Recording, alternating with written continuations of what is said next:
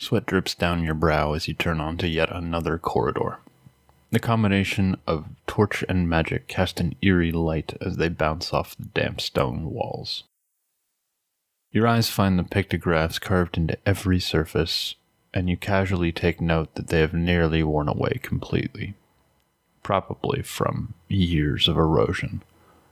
It's almost hard to believe that a stone building could weather millennia in this unforgiving heat and rain, but here you are, in yet another ancient building's basement, searching for what will no doubt be trouble. It's almost a trope at this point. You think to yourself as your mind absently glides across the carved images, and then you spot it. 2 small recesses set inside of a pictogram. The door pull. You call over your companions and have them shine their light upon the spot so you can examine it closer. One snake eating its own tail in a figure 8. Cautiously, you slide in 2 fingers and gently pull towards you. There is a soft click and the roar of stone sliding upon stone, but you manage to pull the entire wall panel towards you and glide it off to the side. The opening reveals a small antechamber with a set of 2 imposing stone doors sealed with a golden disc stamped with a jaguar's head. Painted on the floor and the ceiling is the same knotted serpent as in the pictograph. Your brain begins to fill with a soft hum, akin to that of a flowing river. And from the hum burst forth slurred and awkward words in your native tongue. Go no further. Leave the seal unbroken. Roll an insight check.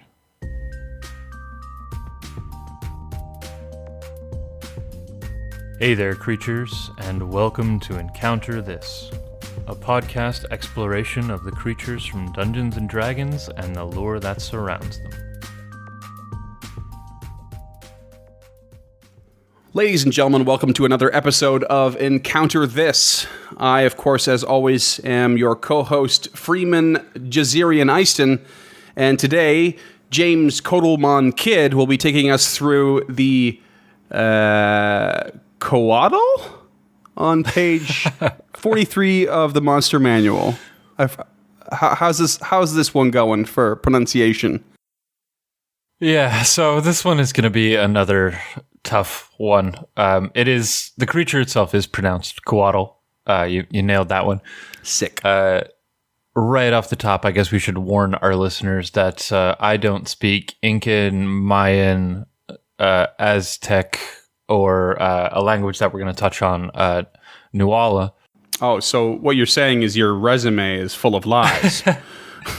So yeah, and I'm going to blow this one out of the water. Okay. It's going to be fantastic. Can't wait. For those of you who are Patreon subscribers, if any of you actually look at the episode notes, you'll see some things in square brackets. Those are my personal pronunciation notes, not like the real life grown-up ones. So just don't be too hard on me for those. So in other words, it's all going to be miserably wrong. Oh, probably. Okay, but so good. We'll get there. We'll get there. All right. I think probably. Rakshasa all over it again. Yeah, it is. So they have been around forever in D&D. They've been around since first edition. They've had a presence in every edition since then, which I think is always fantastic. I've sent you some neato art over in the Discord. Yeah, I see that. I specifically really, really dig the 4th edition art for this. I really, really like it. Oh, yeah. That's it's very comic book-esque, isn't it? Yeah, definitely. And like their wings are flowing. I think it's a beautiful piece of art. I know we're normally hit or miss with the 4E, and I think this one's definitely a hit. Yeah, it's pretty cool. I like 3Es as well. The third one's pretty cool, too. It's just a lot that's happening. Mm-hmm. Like there's that circle around its head where I don't really know. No, that's I guess we should talk about what this is. That's its.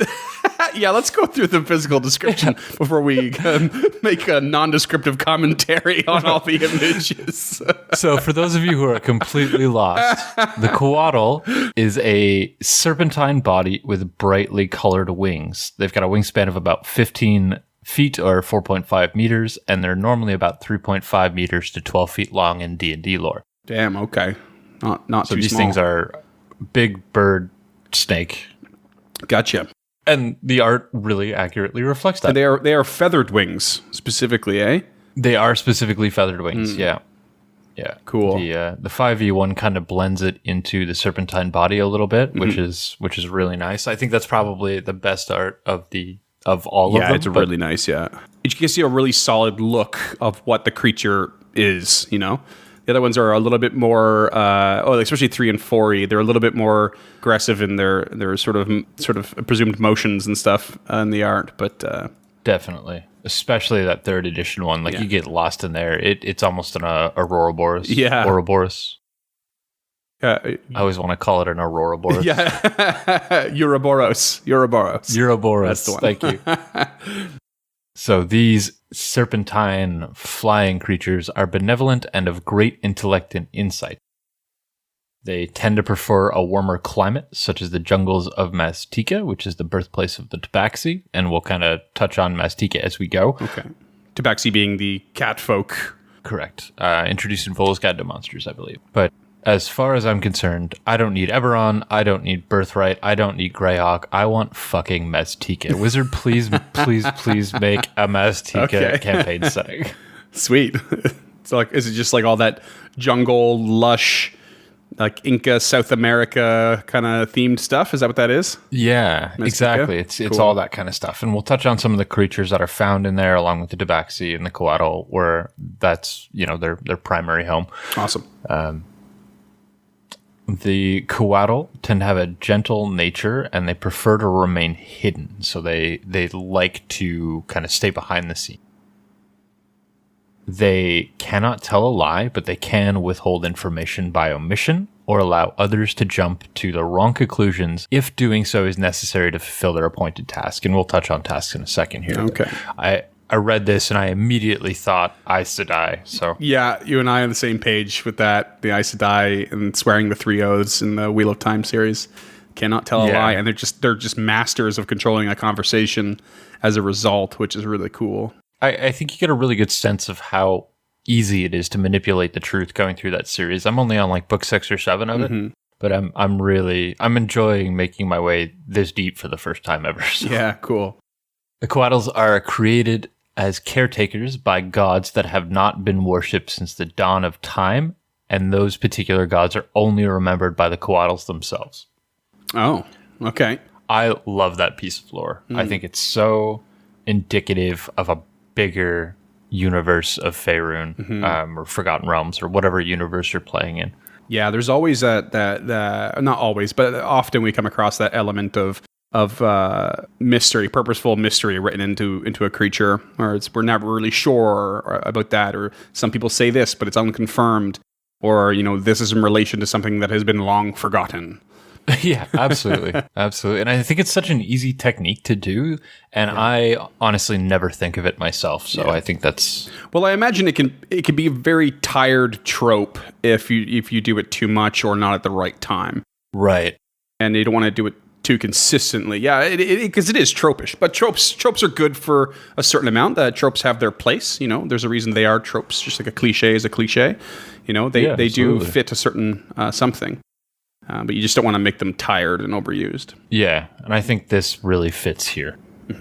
So most of the Couatls are actually gone. They've kind of died out over time, but a number of them still watch over their tasks. So they're appointed with a few different items. It could be the fulfillment of a prophecy, to watch over an ancient power, or to like safeguard the heir of a lineage or a line of creatures. Oh, okay. Sorry, you said heir, and I wasn't reading along with you. And I had the different spelling in my head. I was like, that doesn't make any sense at all. Oh. They're just guarding the air. Okay, yeah, I'm following you. Yeah, unfortunately, that's just how my tongue pronounces that word. So I mean, that's how it's pronounced. I just went the wrong way. I think I was still thinking about the wings. So oh, right. And then my brain just died Well, speaking of that kind of air, they can live for ages without sustenance or air, but eventually they could die of disease over time, which the lore doesn't seem to expand upon which diseases they could die over the time. Maybe scale rot or sure, I don't know. Yeah, something. I'm sure you can come up with something cool. Is it weird that I'm now thinking like I wish I would like to dive into creating more things like diseases? No, I'm really into it. Yeah, diseases that only affect like celestial serpents. How very, very specific. They can sense their end up to a century before it happens, but it has no insight into the manner of its demise. If it's accomplished its appointed task, it usually accepts its fate and just dies. And that's kind of why Couatls are dying out. They're so relatively rare in the Forgotten Realms setting in particular. Right. Okay, so they know their death is coming a century before, but don't know what the manner of the death is, how it's going to take place. That's crazy. Yeah, I mean, I guess they just have like a spider sense or a death knell or something. Right. Like maybe a bell just goes off in their head and they're like, oh. And so you say if they I mean, obviously try to accomplish their task, and they accept their fate, but what if they have a task that's just ongoing? Well, they'll tend to seek out another Couatl and mate with it. So they'll produce an offspring through a mating ritual, which is a beautiful and elaborate dance of magic and light. So like an early 90s rave, I guess. And this results in a gem-like egg. Oh, cool. So the parent that then sought out the mate will raise the young and instruct it in its duties so it can continue on its appointed task. Gotcha. Nothing says I gotta have sex like the premonition I'm going to die in 100 years. Yeah. Or I'm not finished yet. Yeah. Okay, cool. I mean, it's too bad for the Couatl that's born, or they just gotta, like, they're born with a job already waiting for them. Welcome to capitalism. Yeah. I mean, they seem to be chill with it. Yeah, well, I'm sure, yeah. I mean, that's why they were created, sort of. Speaking of creation, we'll get into a little bit of I guess the myth of their creation or the legend, because there's no fact in their backstory at all. So everything I'm going to touch on in the next little bit is all hypothetical according to the setting. So before known history, there was an empire named Okoth that was called the Empire of the Shimmering Sun and is the oldest known civilization on Faerun. It was populated by a race of Soronides called Saruk. Soronids, yeah. What did I say? Soronides. Oh. Soronides. Okay. Soronides. I'm okay with Soronides. Yeah. And Soronides is like dinosaur-esque, right? Yeah, Sor is Greek for lizard. Okay. And I don't know what oid means, but I'm sure it's just derivative of lizard, or ensures that it's derivative of lizard. Oh, no, I'm imagining it's like right in there with humanoid or goblinoid. That suffix oid has to have a meaning, and I just don't know what that meaning is. Sure. Like, Saurus literally translates to lizard. Yeah, I wonder what oid means. I wonder if it means bipedal or... I think it probably means of that race or of that lineage. Okay, maybe. Because humanoid things aren't humans. They're things that are related to... I mean, in D&D terms, they tend to be, bipedal monsters with at least arms. You're right. I just quickly Googled it. A suffix meaning resembling or like. Well, that makes sense. If it's alkaloid, it's anthropoid, it's cuboid. Yeah. Planetoid. All right, so we had these Soronids called the Saruk. Tell me more about them. So when they realized their empire, Okoth, was falling, they began to flee to other planes of existence. But they never found a plane that was willing to let them live there for more than a generation. So they became a race of nomads, essentially. And this lifestyle was very hard on them. It led them down a darker path, and they began to become essentially an evil race. Okay. Do we know if that nomadic nature continued from plane to plane, or did they settle and become nomads on a single plane? No, it would have continued from plane to plane because no plane would ever let them settle. Right. So, traveling from, Bader to Mount Celeste to the Feywild, or not Feywild, the Beastlands to... Okay. Just because they could not stay anywhere for very long, which I'm sure would be tough on anybody. And I believe this is where the 1T come from, is this evil side of the Saru. But we'll discover that in our 1T episode. Yeah. We have no plans of doing anytime soon. So if you want to hear that, $10 a month on Patreon. Yeah, make a request. we got so much ahead of us already. So oh my god, yeah. But a group of dissenters from these evil Sornoids broke off and treated with a being named Jazirian, who turned them into the Couatls we know today. Mm-hmm. So that was your name from the intro, Jazirian. Jazirian, yep. Who is a deity of community, peace, and learning, the embodiment of purpose and fate. And it's said that they're an invisible force kind of moving the strings behind all of the other gods in the Faerun pantheon, which I thought was really cool. Cool. I like the idea of there being a shadow master on the good side. Yeah, totally. So the tainted Saruk declared war on their transformed brethren, the now Couatls, and that war raged on for ages until Mershulk killed Jazirian. So Mershulk is the current chief god of the 1T. Okay. Was once the chief god of the 1T. They're from second or third edition. Gotcha. So I mean, there's your obvious connection right there. Yeah. Yep, exactly. So this, when Mershulk killed Jazirian, this forced a Couatl to return to Abertoro, which is the world that we know. Faerun is a continent on that world. Mm-hmm. Jazirian is revered by Couatls and Nagas. Okay. And they are the twin serpent to Ahriman, and they were entwined until they began to war over which plane should be at the center of everything. Ahriman chose Bader, Jazirian chose heaven. And it said that Ahriman is now imprisoned by the laws that he created, and he now goes by the alias Asmodeus.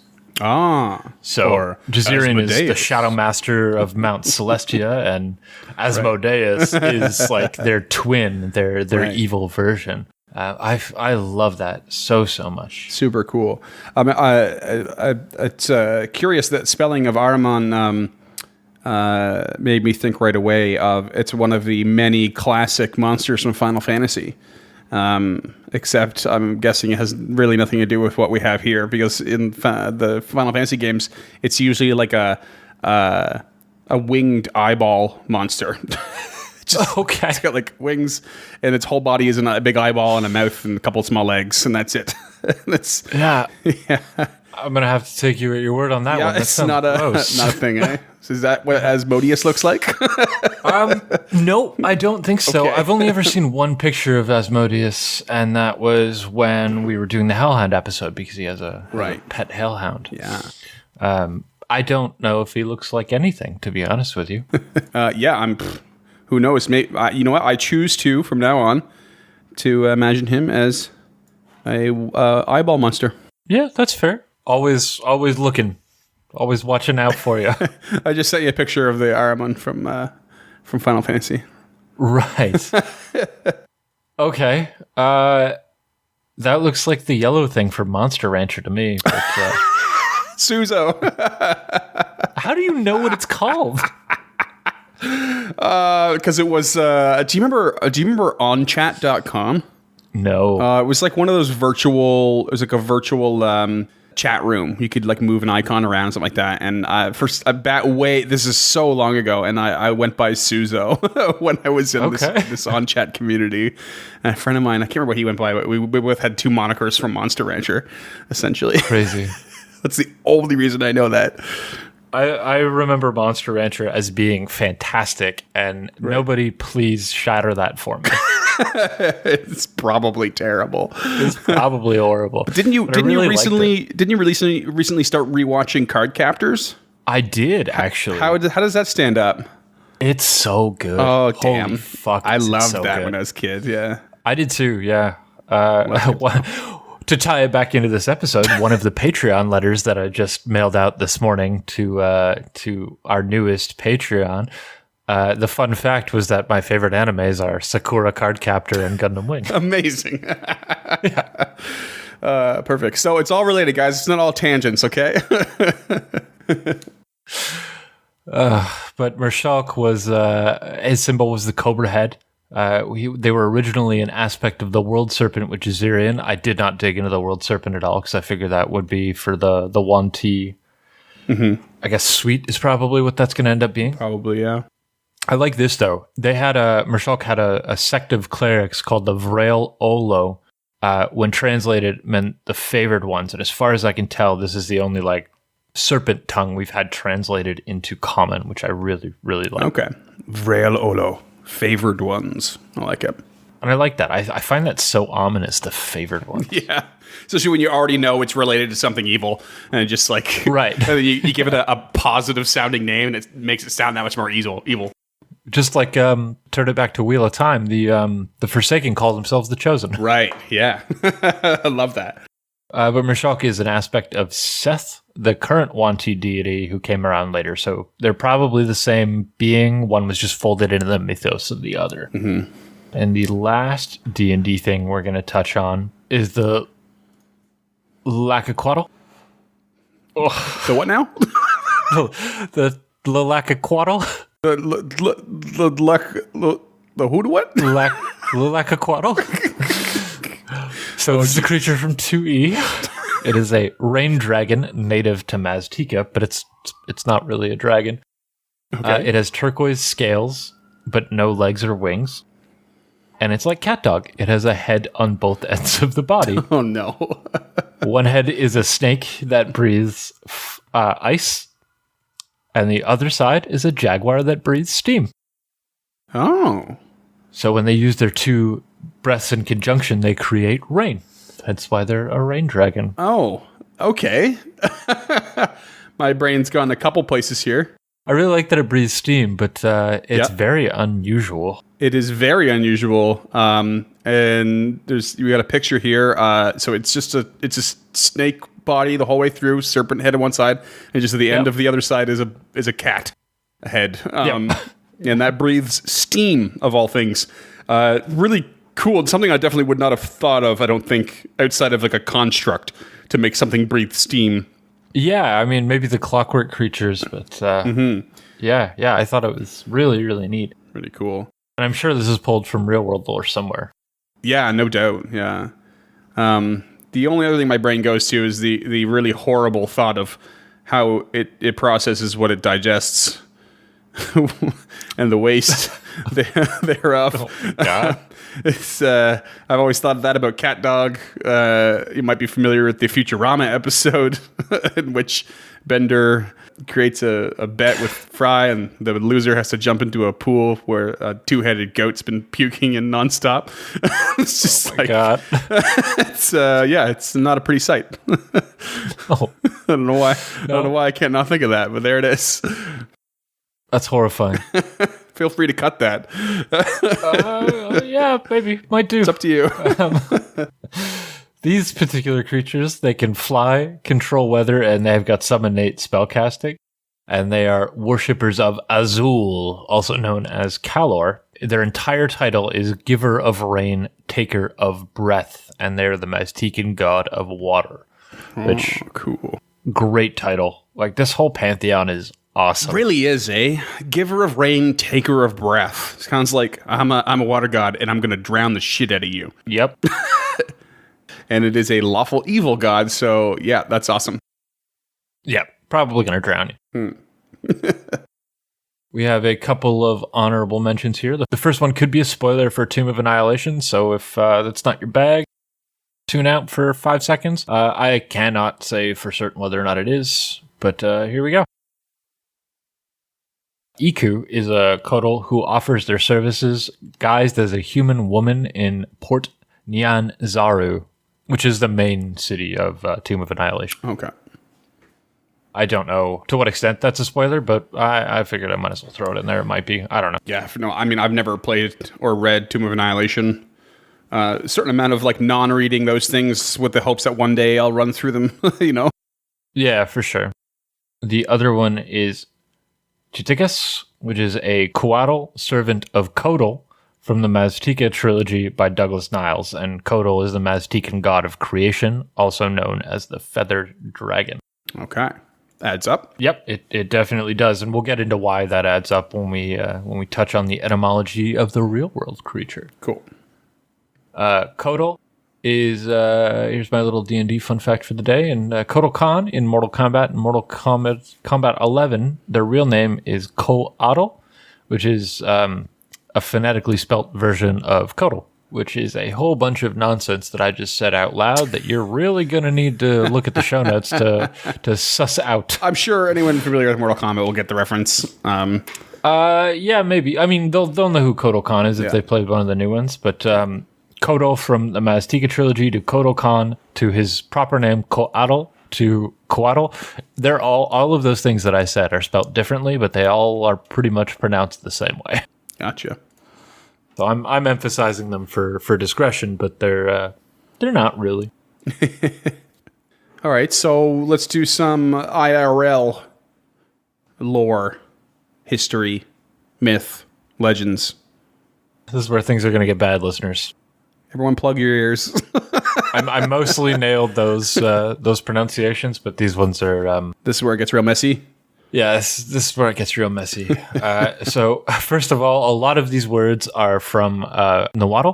So, Nahuatl is the language. There's a classic version and a modern version that we're just going to kind of intertwine based on what I thought was easier to pronounce or what I could find a pronunciation for. A lot of the classic stuff is really, really challenging to find somebody saying it out loud because you can't just look at these and understand them. Right. These are not English words. That's for sure. So not only am I going to butcher classic Nahuatl and modern Nahuatl, I'm going to butcher Incan, Mayan, and probably a couple other languages that I'm not aware are different languages. So please forgive me all of that. But if you're a Patreon subscriber and you're in our Discord, I will happily listen to you pronounce them properly because I want this. I really, really want this, but I can only do so much. Or if you're up for it, I'll listen to you butcher them just like we will. Yeah, also that. Just do that together. All right. This creature is called the Quetzalcoatl. It is spelt with a Q, and then there's some other letters behind it. There are a lot of consonants in these words. Yeah. So the classic pronunciation is Quetzalcoatl, and the modern Nahuatl pronunciation is Quetzalcoatl, and the L is almost silent, like you make the shape of an L with your tongue at the end of what. Okay. But, you don't actually say it out loud. Right. This word directly translates to feathered or plumed serpent. And I have a little note here that sometimes Nahuatl is also called Aztec, so the language is sometimes just referred to as Aztec. Okay. The Quetzalcoatl is a Mesoamerican deity. And I've got a little quote here from the 17th century from a man named Ixtlilxochitl, which starts with an IXT for context. Oh God. Ixtlilxochitl, which I think I'm doing okay there.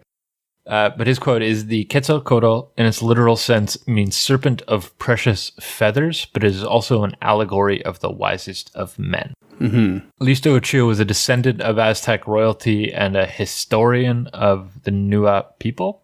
But full disclosure, I'm almost 100% sure he was mostly Spanish. Like, I know that he lived kind of in the Aztec area, but he's not... I don't know how true the descendant of Aztec royalty part of that bona fides is. Right. And then we'll just touch on some definitions here too, because this gets a little confusing even for me, and I wrote this episode. So the first is that the Nua people, they're a group possibly originating in arid America, but they're indigenous to Mexico, Guatemala, Honduras, Nicaragua, and El Salvador. They're still around, as far as I can tell, in places like Guatemala and Nicaragua. And they were at one point referred to as Aztecs, but that is not technically correct. Okay. So Nahuatl is the language that they spoke, but sometimes referred to as Aztec. This is also technically incorrect. Aztec is a culture from Mesoamerica that included different ethnic groups, and that's why referring to the Nua people as Aztec is a little... Non-kosher? Non-kosher, yeah. Not, so just not Aztec correct, were like necessarily, yeah. Yeah, so that's like North Americans, like people from North America. Right. So an Aztec is somebody who's from the Aztec Empire, which was a confederation of 3 Nua city-states: Teotihuacan, Texcoco, Tlacopan. Not too shabby. I think. Yeah, they were okay. So this empire ranged from 1300 to 1521. So we have a hard end date in 1521, and that's when Hernan Cortez and the conquistadors not showed up, but when they beat them. So they went to war with the conquistadors. Right. Yeah. So these cities were primarily Nua cities, but anybody could live in them, and that's why the Aztecs weren't just Nua people. Mm-hmm. Before the Aztec Empire, between 400 BC and 600 AD, there's a place built called the Feathered Serpent Pyramid, which was discovered in 1980 at the end of the Avenue of the Dead, which is very, very recent for a giant pyramid. Mm-hmm. Yeah, really. For just like finding it in 1980, that's crazy. Yeah, and I'm prepared to be correct on that one because I don't feel like that's right, but also that's the information that I've written down. Yeah. So in the Avenue of the Dead is essentially a road that leads out of this ancient city called Teotihuacan. Mm-hmm. In the Mayan era, he was known as Kukulka. Kukulka, yeah, Kukulka. Kukulka, or they were also known as Kukumats. Okay, yeah, amazing. Both roughly translate to feathered serpent, so this is not just a theme, but the central thesis of this creature is a winged serpent. Cool. And they wear, in almost every, I don't want to say religion, pantheon, I guess, in almost every pantheon, they wear an amulet called... Oh, Jesus. Good luck. Ehik il Kajikale. Ehik il Kajikale. That's yeah. It's like the first half's not too bad, but then it's a lot of and it's something. That's yeah, and it's a beautiful word, and I really want to know how to pronounce it. Right? So even just looking at it, it's so gnarly. Essentially, this is there was an earlier deity from the Toltecs, which was a culture of the Aztecs to believe their predecessors. So all Aztecs thought they were descendant of this race of Toltecs, and their leader was Couatl Topiltzin. Couatl Topiltzin, which was a Quetzalcoatl, who was then later folded into the mythos of the Quetzalcoatl when the Nua and the Aztec people kind of took on those beliefs. Okay. So the Toltecs believed that this Quetzalcoatl-esque creature was their leader. Like, that was it. There was no ifs, ands, or buts about it, which is always crazy to me when civilizations believe in what is probably a mythical creature and then not only worship it, but believe it to be their social and cultural leader. Right. I guess a modern day analog would be like if not only did you believe in Jesus, you just deferred all of your decisions to him. Right. Like Jesus for president. Yeah. Oh man. Like if you as a society legitimately believed that Jesus could and should be president. Right. I like that to me would be a modern day analog to this. And I know that we as human beings have come a long way with things like science and art and, just written history. Yeah. That sounded derogatory, but I didn't mean it to be.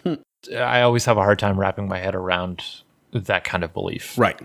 Totally. And then we're going to get into the meat of this, the Aztec culture.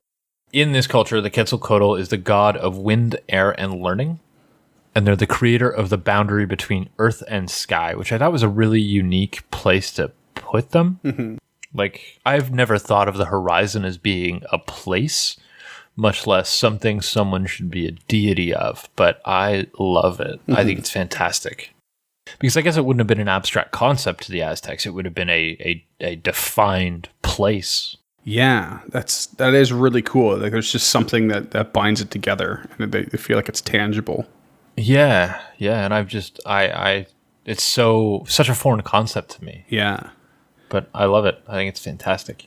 I mean, it's a lot of these, we've discussed it before, a lot of these, like, sort of myths and legends come from, a certain level of not knowing and ignorance, and so they find the best solution they can to explain it, always. And it just turns into some of the most flavorful stories. But the Quetzalcoatl is almost always found wearing something called the wind breastplate, which I couldn't find the Nuatl word for. Okay.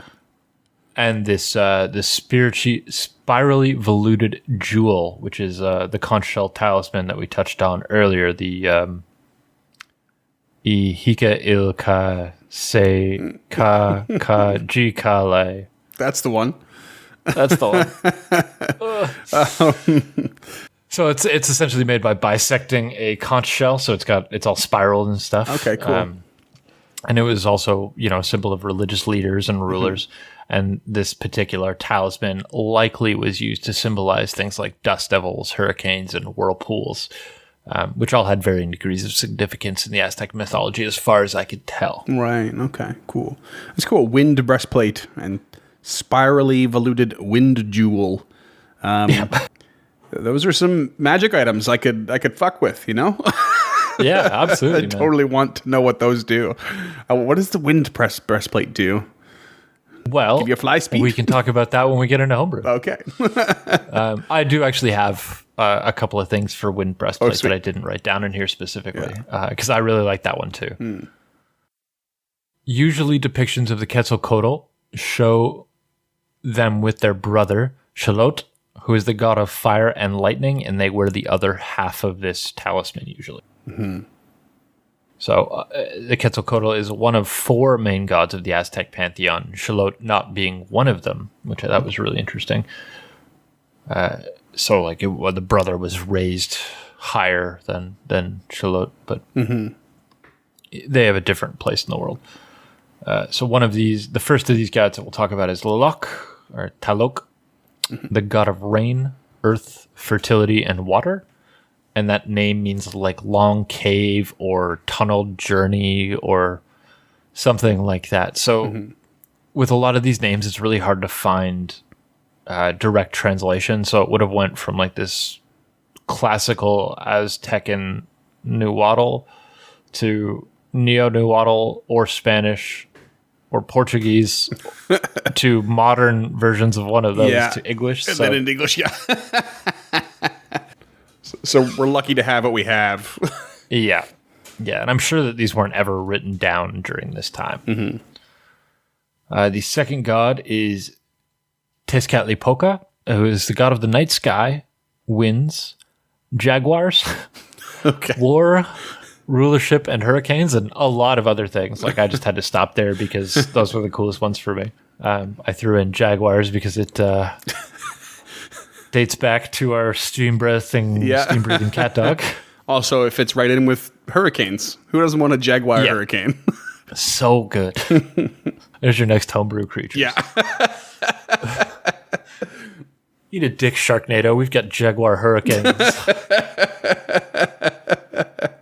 Perfect. And that name translates to something like foggy reflection or smoking memory or like fleeting image or something like that. Right, okay.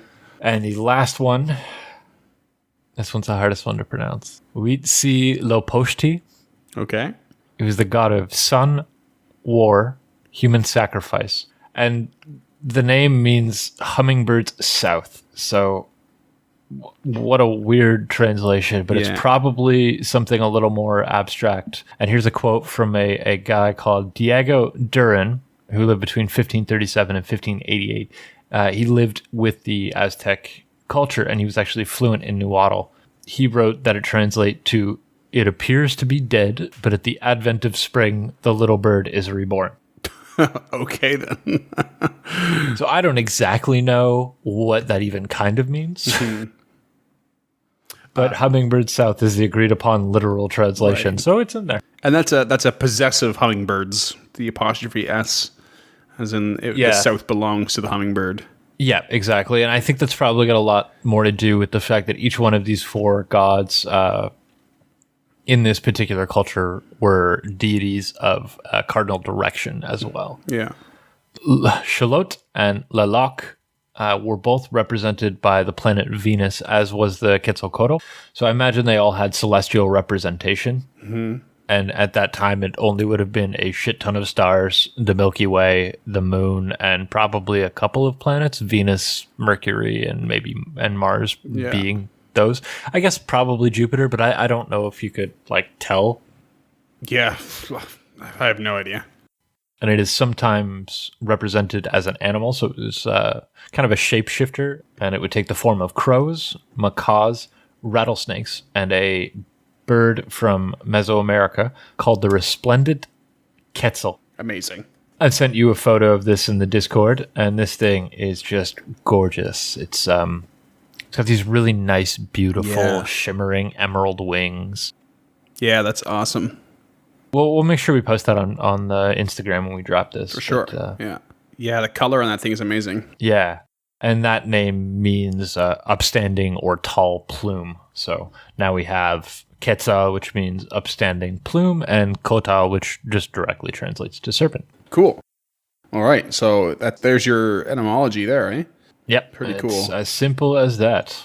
Mm-hmm. They're sometimes depicted as Ahiket, the god of the winds, which is I think just another deity or a sub-deity of the Quetzalcoatl. I couldn't find a whole lot of information on Ahiket, but if you know something, get at us. And the world's largest pyramid in Cholula, well, I guess technically it's the largest pre-Hispanic structure by volume, which is a very boring sentence. Okay. It is dedicated to Quetzalcoatl worship. So the largest pre-Hispanic structure is dedicated to Quetzalcoatl worship. So that should give you an idea of how... Yeah, I don't know how else... I guess you can't measure it by height or width or whatever, right? It's three-dimensional shape. Yeah. Tend to represent those by volume.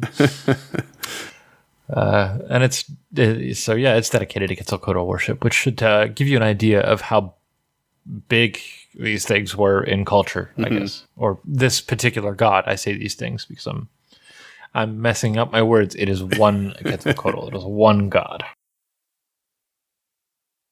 There are a couple of awkward-ass, uncouth origin stories that we're going to touch on, and by a couple, I mean 5 that I could find.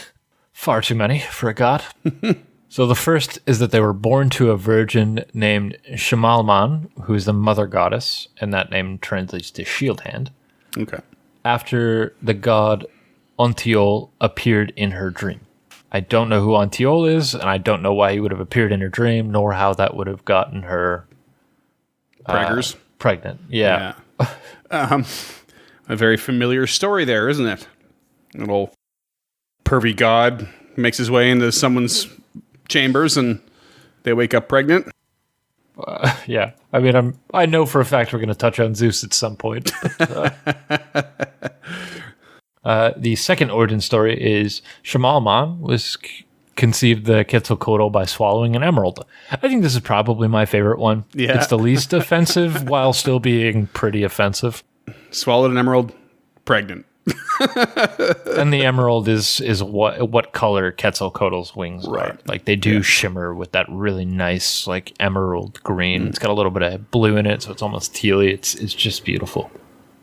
The third one, Shamalman was hit in the womb by an arrow shot by Couatl, who was the god of the hunt, and they were identified with the Milky Way. So the mother god got shot in the womb by the Milky Way, which is...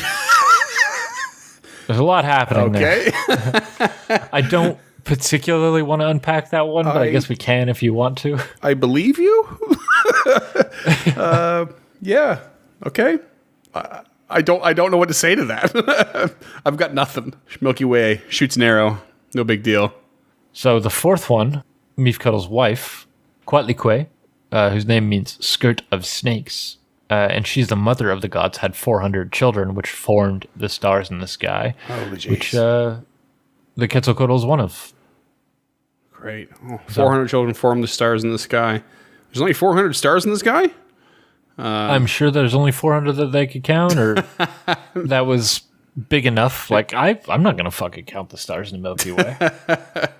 Oh, no, me neither, but it's definitely more than 400. But still, 400 children, that's quite the career. Yeah, I guess so. I mean, when you live for eternity. Yeah, fair. Why not? Not that I'm trying to rationalize any, first of all, origin myths. Second, anybody having an inordinate amount of children. And the last and final origin myth is that the Quetzalcoatl is one of the 4 sons of Omatteotl, which is a set of twin deities of unknown concept or significance. Because I legitimately just couldn't find shit about these. And their 4 children, the Omatteotl's 4 children, reside in each of the 4 cardinal directions. So Quetzalcoatl being the west. Right. A couple of fun facts about the mythos here. So the famous Aztec emperor Moctezuma Xocoyotzin, also known as Moctezuma II or Moctezuma the Younger, this is kind of the one we hear about. They initially believed that the landing of Hernan Cortez in 1591 was the return of the Quetzalcoatl. 1519. 1519. Sorry, thank you. So this is a lot. Like, their patron deity is the leader of these conquistadors. Mm-hmm. So this is widely thought to be revisionist history on the part of the Spanish, and probably from Cortez himself. Like, he's the one who was like, "Yeah, I just stopped me this deity. It was sweet." No surprise there at all. Yeah. But there are a lot of scholars who put some stock into this and believe this to be the defining incident. Mayhap Moctezuma II sort of started to give the Aztec Empire to Hernan Cortez, and that's when the war broke out, is when the people rebelled against it. Mm-hmm. But that's all just me speculating. Right. But this was one of the defining factors of the formation of modern-day Mexico. All right, then. One last little fun fact for you, Freeman. Just for me? Yep. In the Book of Mormon, oh God, the Church of the Latter-day Saints believed that the Quetzalcoatl was just Jesus Christ in disguise. Oh God. Just gaslighting the Aztecs. Oh, man. It just never ends. I guess some explanation is in order for anyone listening who's not aware. First and foremost, we're not here to shit on any religion. No. I grew up Mormon, or as a Latter-day Saint, and have since come to no longer believe in said faith system. But I could tell you right now, it is that religion is the result of just an absolutely ridiculous con from the 1800s. It was a con man, just started it, and he made up so much stuff, James, it's outrageous. And so that, I mean, I didn't know that, and it's right in the Book of Mormon. That's so funny, but it doesn't surprise me whatsoever, because he just took bits of other people's history and tried to like reuse it for his own gains. Like, there's like a famous piece of parchment with like Egyptian hieroglyphs on it that he claimed was in what he called Reformed Egyptian. And he just claimed it meant all these different things that it didn't. And then Egyptologists and stuff were just like, well, no, like, we know what that means, and that's not true. But people still believed him anyway, because it's the fucking 17th century or 19th century. But that doesn't surprise me whatsoever, especially because the Mormons also believe that natives in North America, at the very least, possibly South America, are actually the descendants of a lost tribe of Israel that crossed the Atlantic Ocean, which DNA testing has completely disproved. You know what? That adds up to me. Yeah, I buy that one. And they also believe, and I didn't know the Quetzalcoatl part, but they do believe that Jesus did come back to Earth after he died once, and it was in North and South America that he came back to. So I'm just going to take a stab in the dark and say this is probably a North American religion. Oh, absolutely. Yeah. It was almost wholly designed to justify racism and nonsense and chauvinism. So, I mean, that's kind of our legacy as white men, isn't it? Though our history sucks. yeah, it does. That being said, we're again, like I said, we're not here to shit on any religion. But after that Mormon fun fact, let's dig into my shit, the pop culture, my religion. The pop culture. Okay. What have you? Okay, so in 1982, there's this film called Q, where a monster terrorizes New York City. Haven't seen it, but that monster is apparently a Quetzalcoatl. Okay. 1982. 2 years after they found that temple. Yeah, I mean, they knew this thing, the Quetzalcoatl existed. It's been around in Spanish writings for centuries at that point. The Quetzalcoatl also makes an appearance in your Final Fantasy.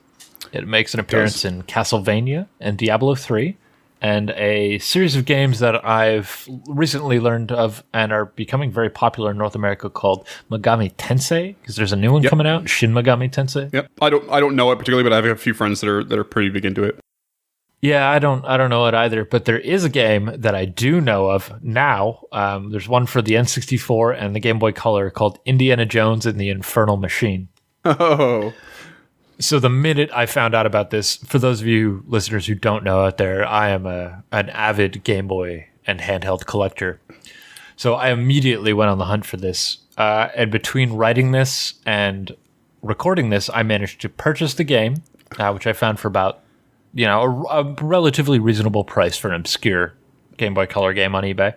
It arrived, and it is fucking hard. It is an isometric action platformer, but the platforming mechanics aren't tight and the action isn't tight. It's it's a really fun game, but it is really hard, and I haven't made it past the second level. Well, all the power to you. May you not get a carpal tunnel. Yeah, right. I'll get there, listeners. Check in with me on my personal Twitter, and we can talk about Indiana Jones and the Infernal Machine for the Game Boy Color. Yeah, leave me out of that conversation if you have any mercy. Smart. Don't hit us up on Instagram for that one.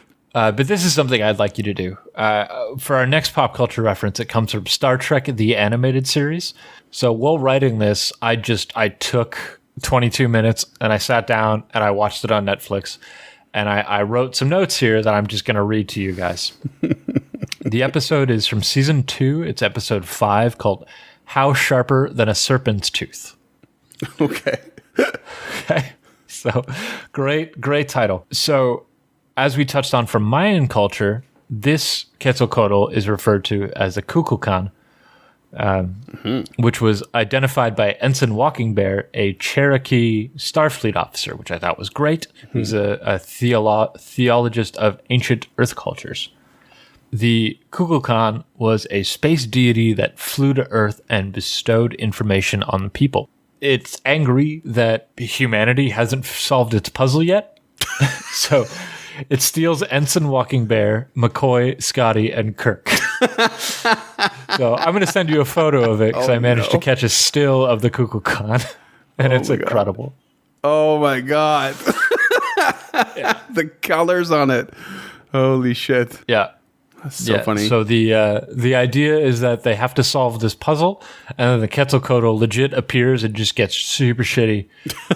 It's not good. I don't love Star Trek the animated series. I didn't even know there was one. Okay, it's fine, I guess. If you really like the original Star Trek, it's more of that. Yeah.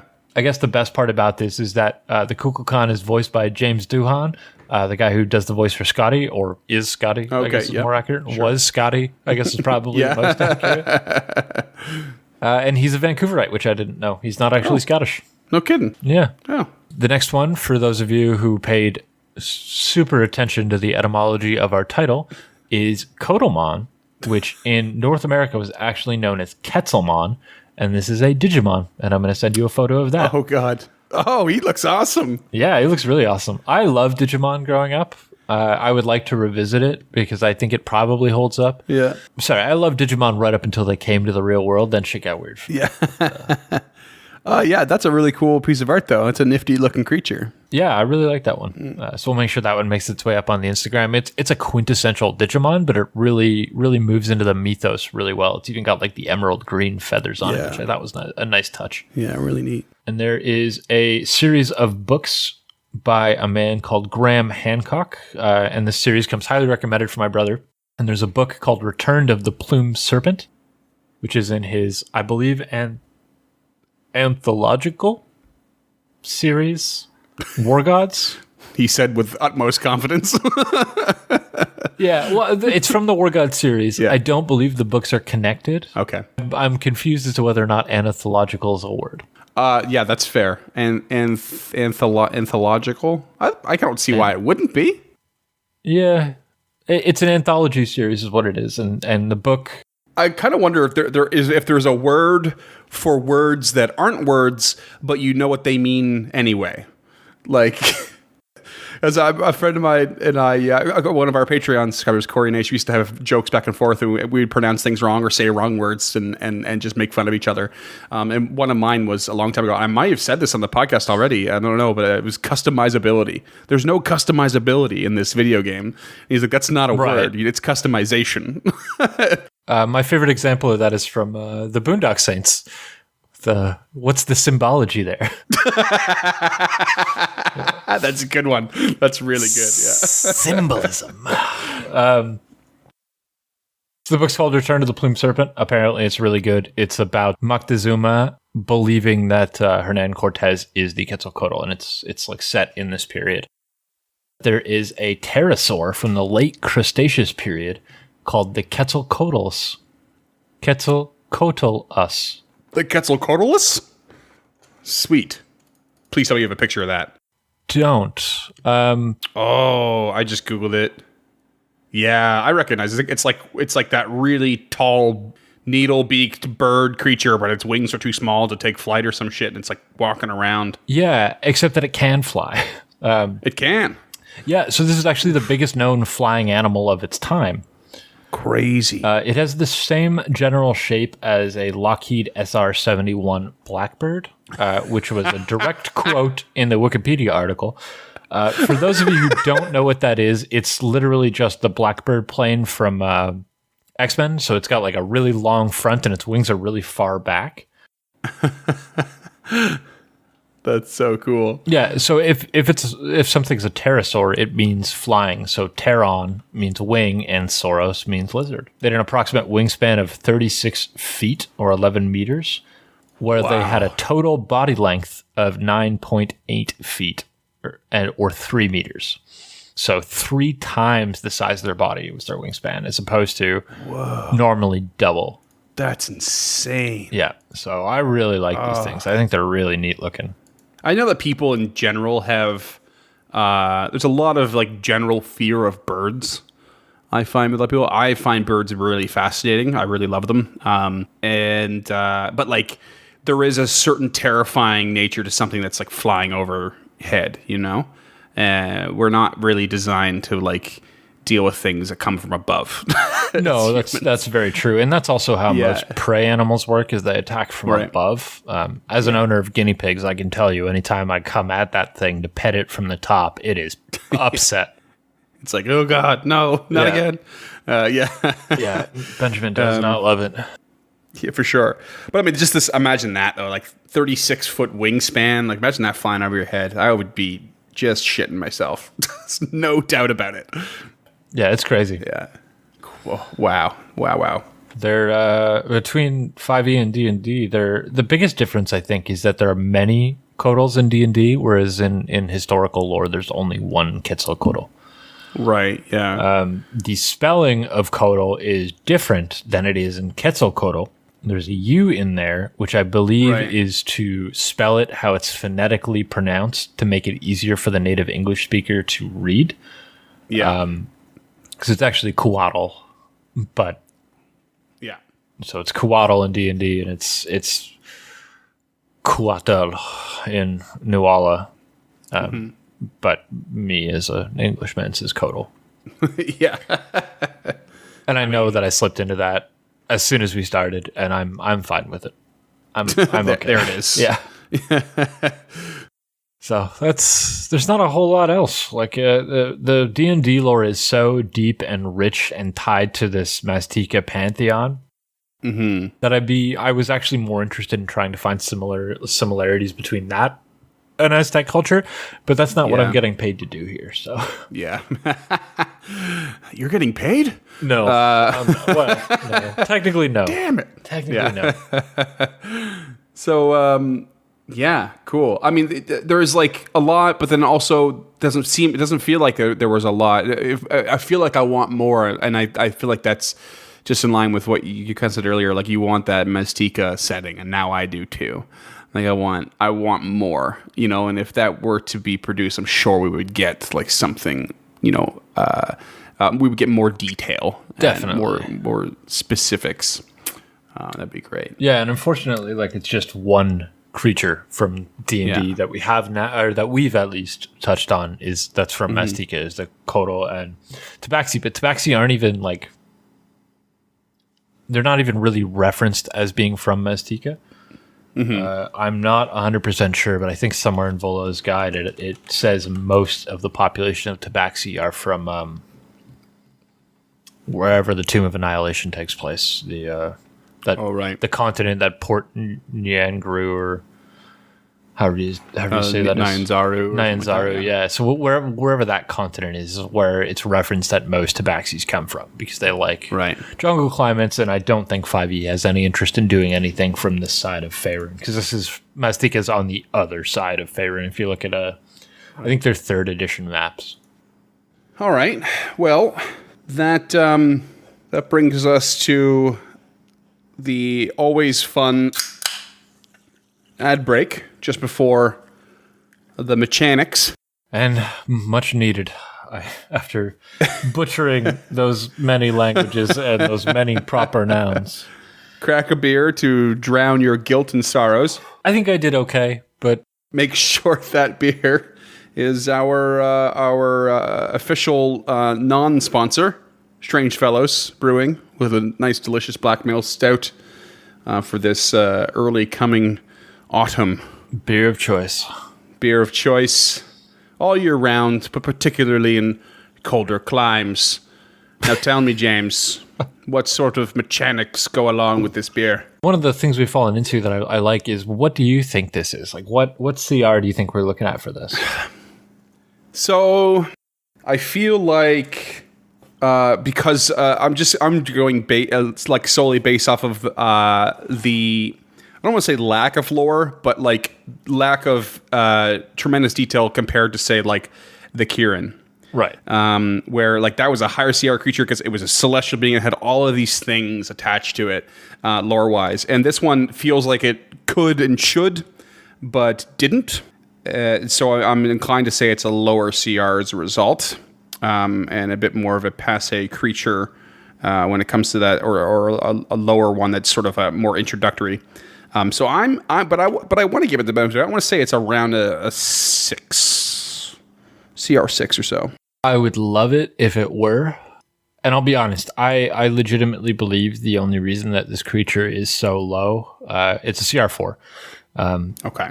I believe that this creature is so low for the same reason that a unicorn is so low. This is more like a party NPC than it is an actual enemy. And we'll get into that when we get into its abilities and attacks. But I would like to see a Couatl that's not a PC ally. Yeah. But I think that's what this creature is designed to be. So like you said, it is a celestial. And I think that's why it's made out this way, but we'll see. So it's got 97 HP. It has a 19 AC natural armor. Oh, it's pretty high. A lot of these stats are fucking insane. Yeah. So it's lawful good. It speaks all languages, and it has telepathy 120 feet. Damn. It is straight up immune to psychic and non-magical physical attacks. Wow. Yeah. It is resistant to radiant damage.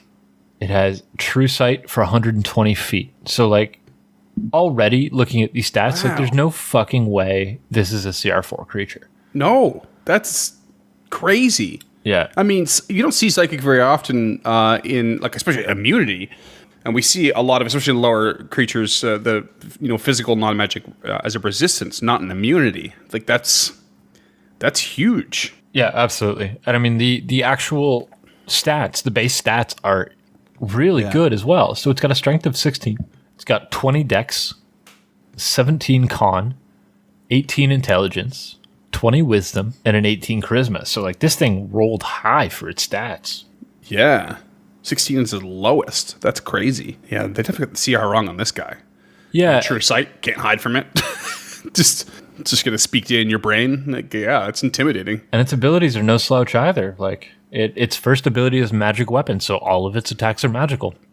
Yep. Goodbye, DR. Its second ability is called Shielded Mind, so it's immune to scrying and any other effect that would sense its emotions, read its thoughts, or detect its location. Damn. It has Summonate spellcasting, which, whatever. At will, detect good and evil, magic, and thoughts. 3 per day, bless, create food and water, cure wounds, lesser restoration, protection from poison, sanctuary, and shield. And then once per day, each. Sorry, these spells are each, which was a new mechanic for us. So 3 times per day, it could cast bless 3 times, it could cast create food or food and water 3 times, it could cast cure wounds 3 times. So on and so forth. In a day, which is not normally how these spells are laid out. Normally it's you can cast 3 total of these spells per day. Of that list, yeah. Yeah, so once per day each is also Dream, Greater Restoration, and Scrying. So there's nothing offensive there. There's hardly anything even defensive there. So that's kind of why I leaned into it being more of like an ally of the PCs. For sure. Yeah, you're not wrong. It's very, very unicorn-esque. Even the Kieran-esque, you know? Yeah, I think the Celestial Magic's all going to kind of run in the same vein. But again, that once per day each mechanic or 3 per day each mechanic really kind of, I like that. That made me like the spellcasting more. But its attacks aren't too bad. It's +8 to hit, 5 foot reach, and it has a bite that does 1d6 plus 5 piercing. DC 13 con save, which I think is probably pretty big for a 4th level creature. Yeah. It's not too bad. Yeah. Or they're poisoned for 24 hours. Ooh, okay. Yeah. So until the poison ends, the target is unconscious. Straight up and down. Oh, wow. Okay. Yeah. So it's that kind of poison. They out cold. Yeah, so another creature can use an action to shake the target awake. So they're not like forced into a coma for 24 hours. Yeah. So I guess if you shake the target awake, you can then give the target a save at the end of another save at the end of their turn. But there's straight up no second save written into the description of this bite attack. Right. Yeah. I know there's a similar mechanic in I think it's Sprite.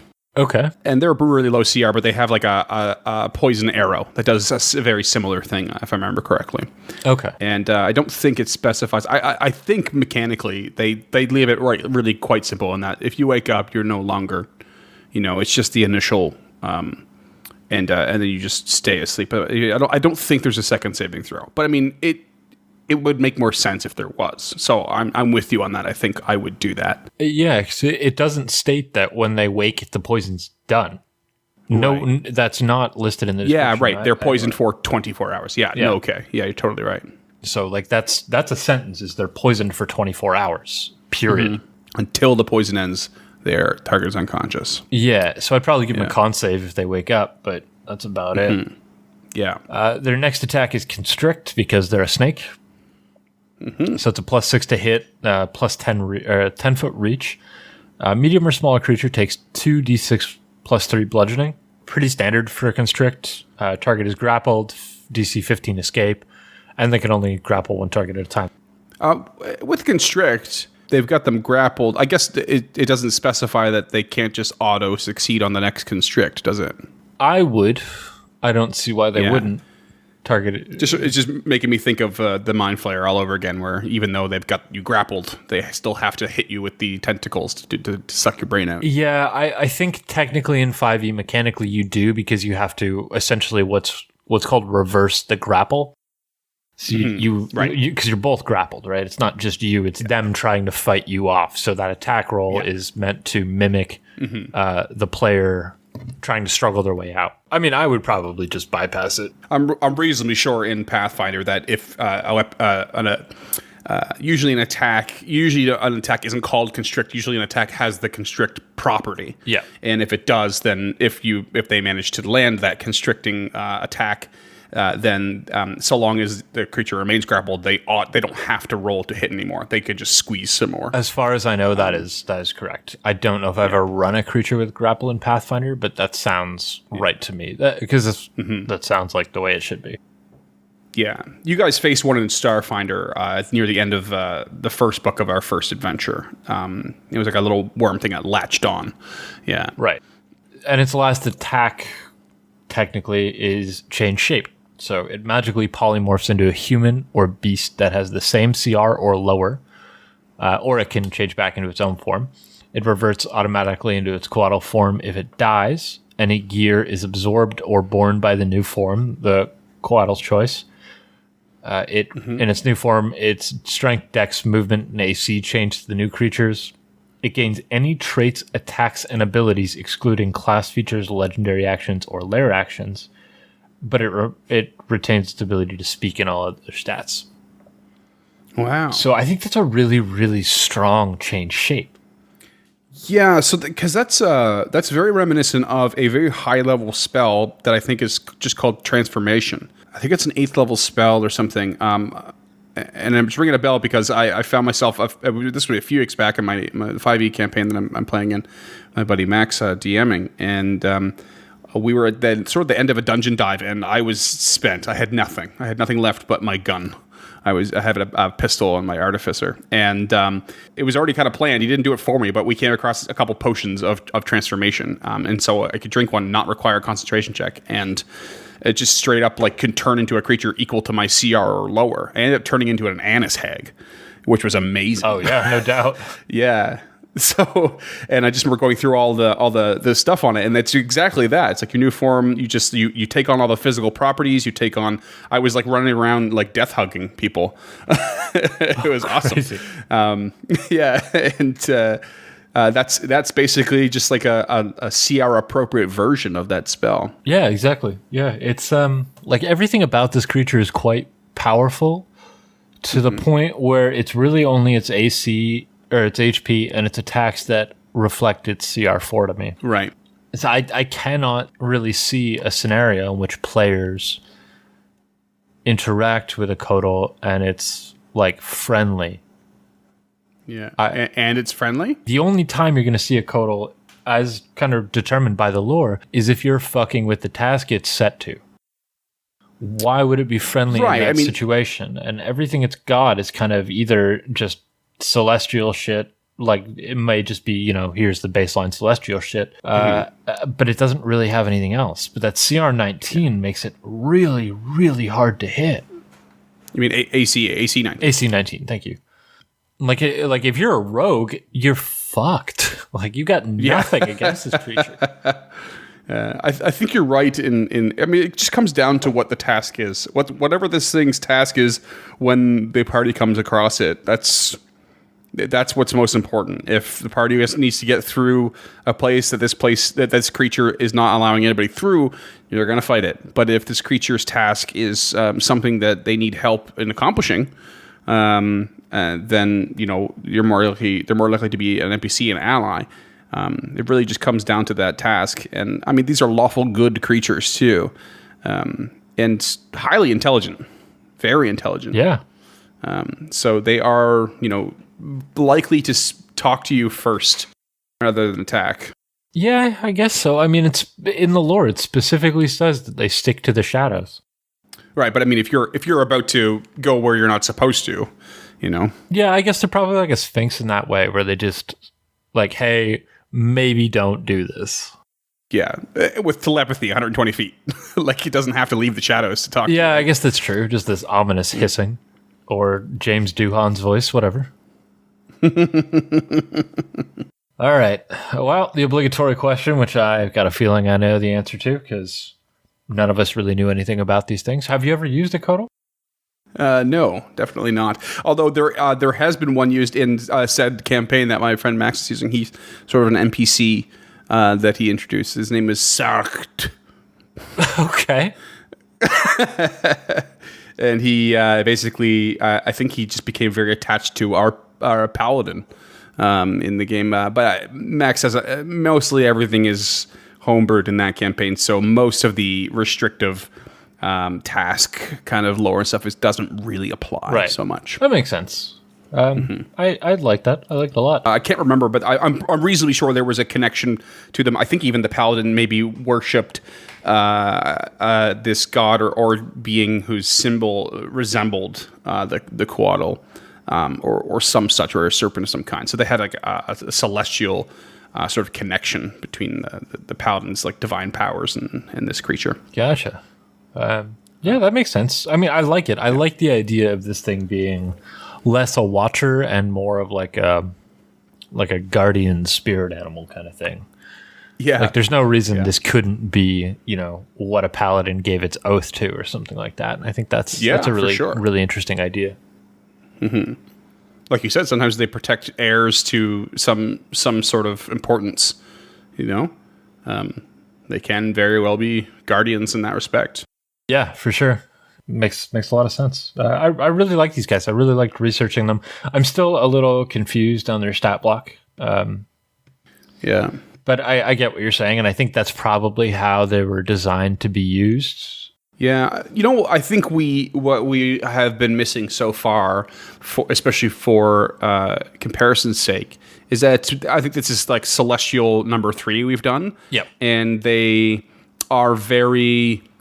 they've ranged from like neutral to benevolent, intelligent creatures. So there's not a lot of like offensive nature to them. These are not all three. The unicorn, the Kirin, and these guys are not like war-oriented celestials. So we're missing that, I think, from this category. Like angels are combatants, right? They are celestial combatants. Something that we could cover maybe relatively soon. I think specifically the Planetar and the Solar are the combatants. Yeah, I mean those are the higher. The Solar is the highest CR one. The Planetar behind that, and then the Deva, I think it is the lower one. But I think they're all relatively, soldier-like. Yeah, and Deva starts at CR10, so... I can't think of any other celestials off the top of my head that would fall under that sort of, I guess, subcategory. Yeah, but, something offensive, I guess. Yeah. Rather than these sort of guardians or sort of defenders. But that's something to look into going forward. Yeah. But I mean, as far as like homebrew goes, I don't really have much myself. Mostly I just want to know more about, their origin, and like they don't seem to have a sense of community or cooperation other than breeding. But it would be cool to maybe explore something like that. Is there ever a community of these things? Yeah, but I don't have much beyond that, to be honest. Yeah, I read references to communities of them. Mm-hmm. But nothing specific. Nothing was like mentioned, like a cult of Couatls or a pack or a bushel or whatever they come in. A bushel. I like it. Yeah. No, I think I very much see these things possibly being in one of the layers of a Kirin. Could be one of the sort of acolytes learning under its tutelage or something like that, or it could just be helping to guard the holy grounds or something like that. Yeah, I'd probably use it in the same way I'd use a Sphinx and just have it as like a guard of an underground temple or a secret staircase or leads to a library, a lore or something keeper like of some that. kind or something. Yeah, exactly. They kind of fill that role for me. Yeah, I can see that. Yeah, I guess the last little bit of homebrew I have is the wind breastplate, because I thought that was really really got my brain moving. So it is a +1 breastplate. It is light armor instead of medium armor. Okay. It allows you to cast Misty Step at will. Mm-hmm. And once per day, Gust of Wind. Very nice. Yeah, cool. I really flushed that one out, and if we ever get around to like producing magical items, that'll be one of the first ones I think we throw up there. Yeah. I like the idea of if you're wearing the windy breastplate and someone gets a critical hit on you, it erupts in a thunder wave. So if you take a critical hit, it just releases a sonic or thunderous power to like blast back the attacker and anyone else around it. I really like that idea, but I don't think windy is the right narrative for it. Well, I will say I was thinking about how thunder is sort of the descriptor for what the equivalent of like Sonic would be in like Starfighter. Oh yeah, I guess it is. Yeah, which is where I was going with like sort of the wind in my head. Gotcha. And I was also just thinking of like a pushback. If Thunderwave did like electric damage, I'd be or lightning damage, I'd be like, no, there's no way. Yeah, it's thunderous specifically. Okay, yeah, I like that. And since we went over all of our homebrew, I guess it's time to ask you guys if you've got any Couatl stories you want to share, or any other offensive celestials that we should take a look at. If you do, feel free to hit us up on Twitter at EncounterPod. We have a Facebook page, facebook.com/EncounterPod. You can get at Freeman on Instagram at encounter.pod. You can shoot us an email at info@encounterthis.ca. If you like this episode, you're welcome to throw us a couple of bucks on Patreon. $5 gets you a handwritten letter and access to the show notes so you can see how I poorly phonetically spelled these things. And you could be the recipient of the next fun fact that definitely will not be my 2 favorite animes. And for $10 a month, you can suggest a creature. So if you want to see those Wanty episodes come a little bit faster than whenever the hell we get around to them, you can force us to do them through that. There are other tiers that are higher with a little bit more or a little bit less, but even for $1 a month, that'll get you access to our Discord. So that $1 a month, you can have direct access to it. We're always kind of lurking in there. So if you've got any questions or thoughts, or you want to tell us are wrong, or if you want to show us how to pronounce things or pronounce them poorly, just add us. We're here for you. We're around. Bring it on. The best thing you can do for us is rate and review on your platform of choice. That really helps us out. It helps us get seen so other people can discover us. We're actually growing pretty quickly according to the metrics, which is always kind of surprising to me. That people like this show, but I love it. I think it's fantastic, and I love doing it, and we're so happy that you enjoy it as well, and that you're along for this crazy ride with us. I guess. This dungeon dive into the monster manual. So thank you for listening, and we will catch you in the next one. Thanks, friends.